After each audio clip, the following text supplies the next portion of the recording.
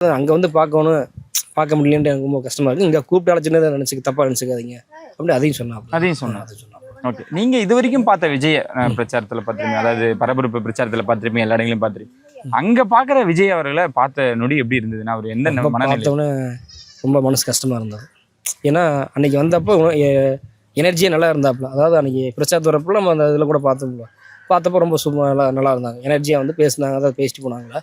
அங்கே போய் பார்க்குறப்போ ரொம்ப இழைச்சிட்டாப்புல. ரொம்ப மன ரீதியாக ரொம்ப அவங்க குடும்பத்தில் ஒரு ஆள் இறந்தா எப்படி இருப்பாங்களோ அந்த பாதிக்கப்பட்ட மாதிரி ரொம்ப மனசு கஷ்டமாக இருந்தாங்க. ஓகே, அவர் உங்க பேர் சொன்ன அக்காவோட பேர் சொன்னாங்க, அவங்க ஃபேமிலி பற்றி எல்லாமே அவருக்கு தெரியுதா? தெரியுது, எல்லாமே லிஸ்ட்டில் கொடுத்துருந்தாங்க. ஓகே, அதெல்லாம் பார்த்தா ஃபோட்டோலாம் கையில் கொடுத்து நாங்கள் உள்ளே கொண்டுட்டு போயிருந்தோம். அவங்களே ஃபோட்டோ ஃப்ரேமில் கொடுத்துருந்தாங்க. ஓகே, வேற என்னெல்லாம் சொல்றாரு? வேற ஒன்றும் இல்லை, வேறெல்லாம் சொன்னோம்.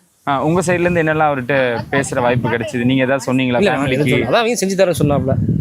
பிள்ளைங்க படிக்க சொன்னா படிக்க செலவை ஏற்றுக்கிறேன்னாங்க, படிக்க வைங்கன்னாங்க.